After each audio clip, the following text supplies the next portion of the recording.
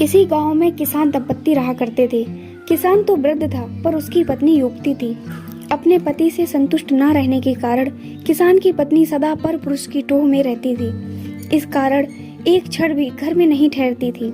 एक दिन किसी ठग ने उसको घर से निकलते हुए देख लिया। उसने उसका पीछा किया और जब देखा कि वह एकांत में पहुंच गई, तो उसके सम्मुख जाकर उसने कहा, देखो, मेरी पत्नी का देहांत हो चुका है। मैं तुम पर अनुरक्त हूँ, मेरे साथ चलो। वह बोली, यदि ऐसी बात है तो मेरे पति के पास बहुत सा धन है। वृद्धावस्था के कारण वह हिलडुल नहीं सकता। मैं इसको लेकर आती हूँ, जिससे कि हमारा भविष्य सुखमय बीते। ठीक है, जाओ। कल प्रातःकाल इसी समय इसी स्थान पर मिल जाना।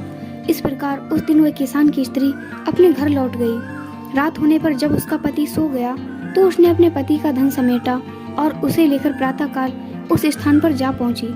दोनों वहां से चल दिए। दोनों अपने ग्राम से बहुत दूर निकल आए थे कि तभी मार्ग में एक गहरी नदी आ गई।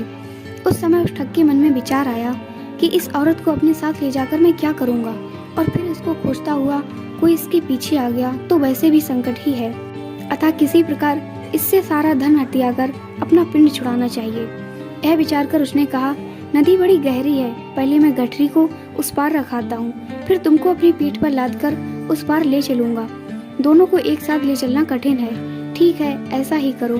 किसान की स्त्री ने अपनी गठरी उसे पकड़ाई तो ठग बोला, अपने पहने हुए गहने कपड़े भी दे दो, जिससे नदी में चलने में किसी प्रकार की कठिनाई नहीं होगी और कपड़े भीगेंगे भी नहीं। उसने वैसा ही किया। उन्हें लेकर ठग नदी के उस पार गया तो फिर लौट कर आया ही नहीं।